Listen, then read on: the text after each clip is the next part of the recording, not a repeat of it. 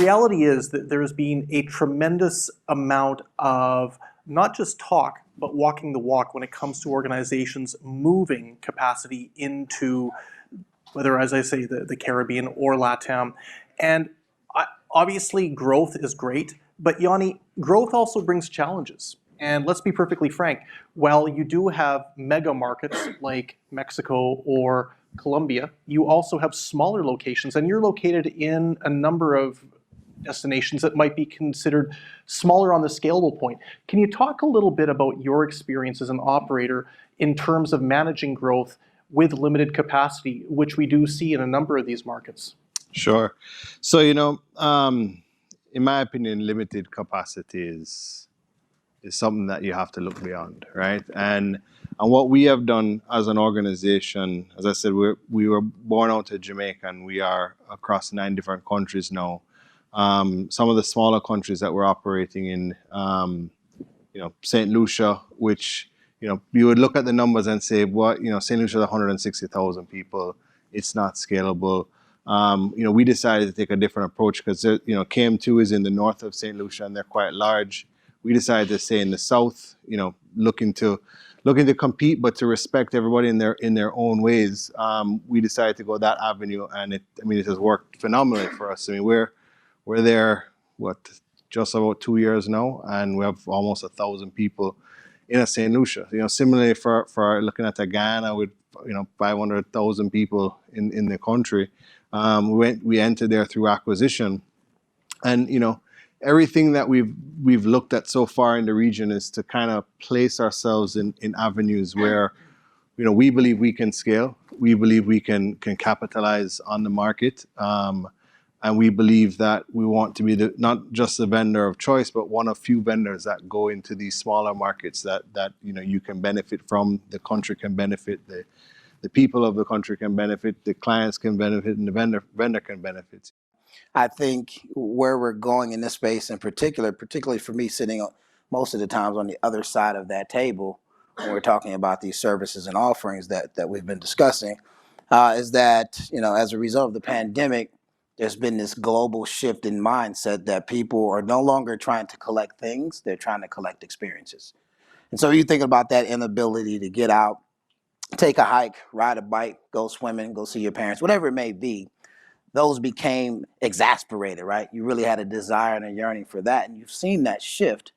Not that luxury goods sales would indicate that, but you do see that shift where people are trying to collect experiences.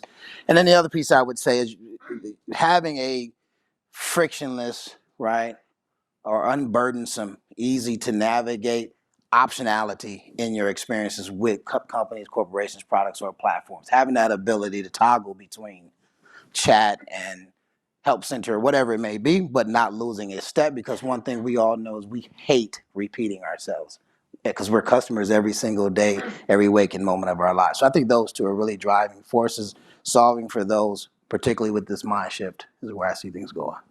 Ahmad, I'm going to flip the discussion over to you for a sec. As somebody who has engaged with outsourcers, as somebody who has worked with different BPOs, what are you looking for in a nearshore location that's going to tick the boxes in regards to what you're looking for? What are the must-haves, and what are the elements that perhaps, if you saw them, might make you think twice? So I'm in Silicon Valley. I don't say that in a braggadocious manner. What I'm saying, it is a very macro climate, right? It is very different and operates a lot different than a lot of other pockets, i.e. maybe Wall Street did back in the 80s, right? Manufacturing prior to that. And so there's this huge cloud of ego, right? That's fair to say. It's not a knock. It's probably what allowed these organizations to be great. And a lot of times folks can throw money after money after money internally, right? And it can fail because we're printing money hand over fist. And so therefore it makes it difficult even as a barrier of entry, right? Despite how good you may be, despite your delivery methods, and even despite what relationships you may have. But at the end of the day, folks are looking for two things. One, can you help me deliver on the promise that I have said I would deliver as an organization, right? Can you help me deliver that quickly, efficiently, and cost effectively? No matter, folks will tell you the motivators have changed, cost is still one of the primary long poles in the tent.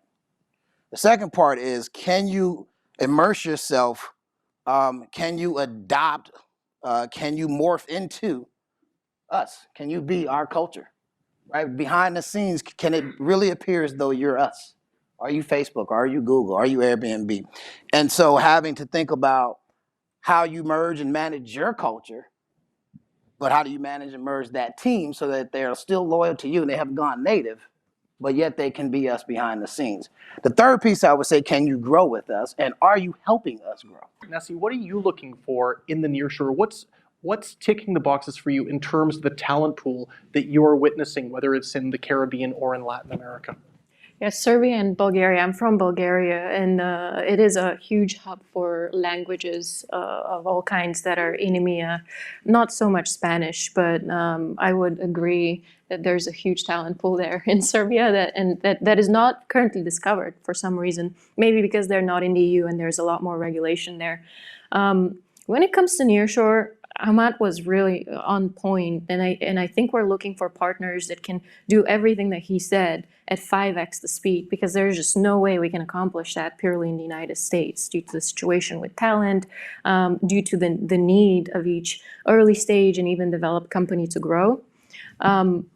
One thing that I believe Gustavo talked about is the chatbots and automation, and how they're now trying to sell 40% of their services in chatbots and 60% goes into what we call FTEs and seeds.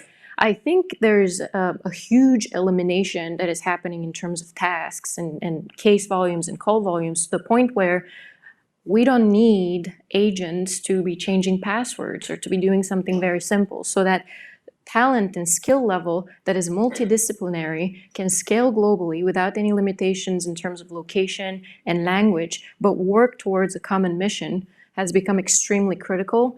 And being able to do that is a tough job. And Marcel also talked about how now CX used to be operations, cost center, let's try to cut costs as much as possible, let's try to sell seats. Now we're moving towards a direction where, okay, how do we solve the problem that this organization is facing? How can we scale the talent that they need and move from operations to product and be that voice of the customer and do it in a data-driven way? And I think a lot of companies in offshore and nearshore are still operating in kind of old school models where we think that you are going to do everything the same way for years and years end, whereas companies change their roadmaps every 6 months, and you have to be very agile to be able to adapt to that.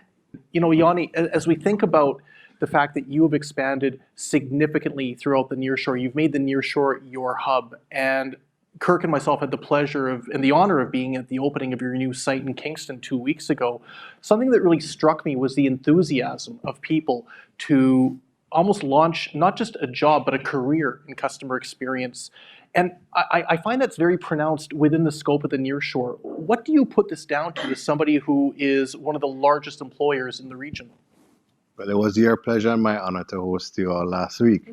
But, you know, what I find is prior to the pandemic, organizations like ourselves, as well as the clients, were driving hardcore CX. I want the best for my customer, whether it be they're getting touched by a chatbot first and then put onto the agent if it's a more complex session.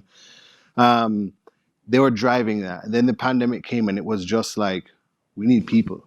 We need to answer our customer, whether it's on the telephone, it's on an email, it's on a chat. And what we learned through that, which is where I think our most explosive expansion yet in the history of our company, was we need to diversify through this region, because there's no one country or a couple countries that's going to be able to support the needs of any customer, whether it's a startup, it's a medium scale, or it's a top scale.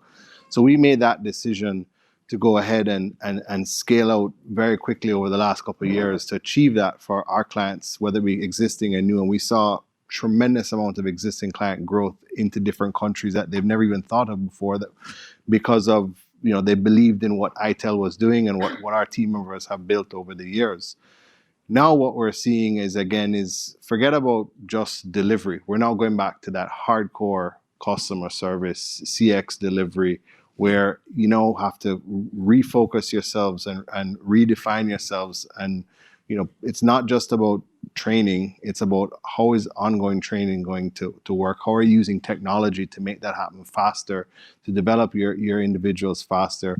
How are you developing that career path? Because the more and more I hear from our clients, it's not only just about corporate social responsibility as to what you're doing in your communities, but it's how are you developing that person and touching not only that individual that works for you, but the 3 or 4 other people that is a part of that person's family, that money that they earn every couple of weeks when you pay them is also developing that, whether it's sending kids to school, whether it's the groceries, it's the ability to buy a house, it's the ability to buy a car. I mean, these are all things that it's really defining within our neck of the woods that this is not just a job anymore. It truly is a career.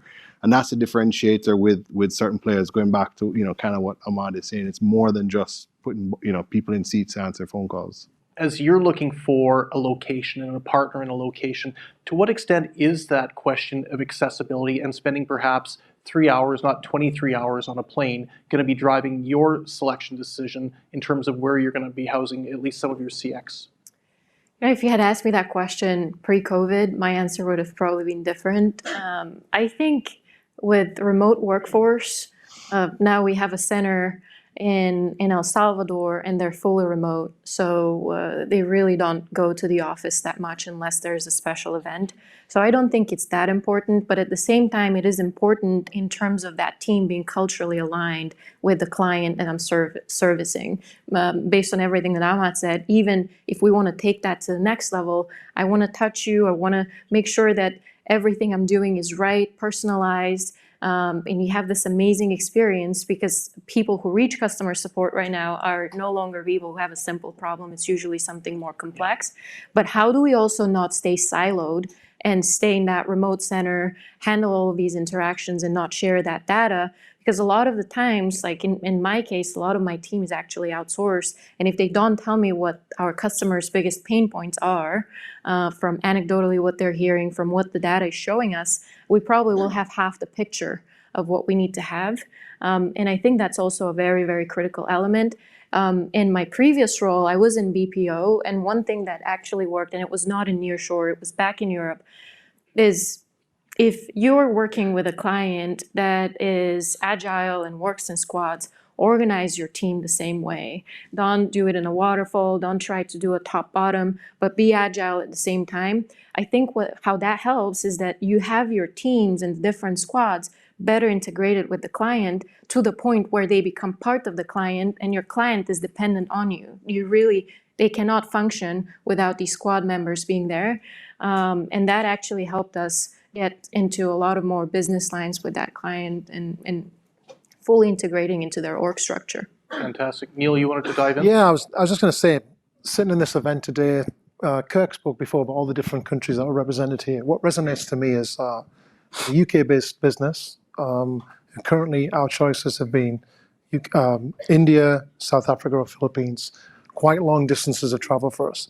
Obviously, we're going to scale up into the US, but what I see around this room is that kind of healthy competition. So I look at the government agencies that are here today. Spoke to all you guys, and every one of you got your own individual strengths and pros, if you like. And that for me is really refreshing, because as a client, it gives me such a choice. Yeah, I've got Spanish language, Portuguese, English. There's lots of rivalry between the islands and the Caribbean for the English piece. Lots of different companies, so it gives me as a client selecting partners a lot of confidence that there's a big pool to choose from, rather than, and I don't want to be disrespectful to the other countries I mentioned in the offshore for me, because they've served me well, but I think that I see more hunger in this region.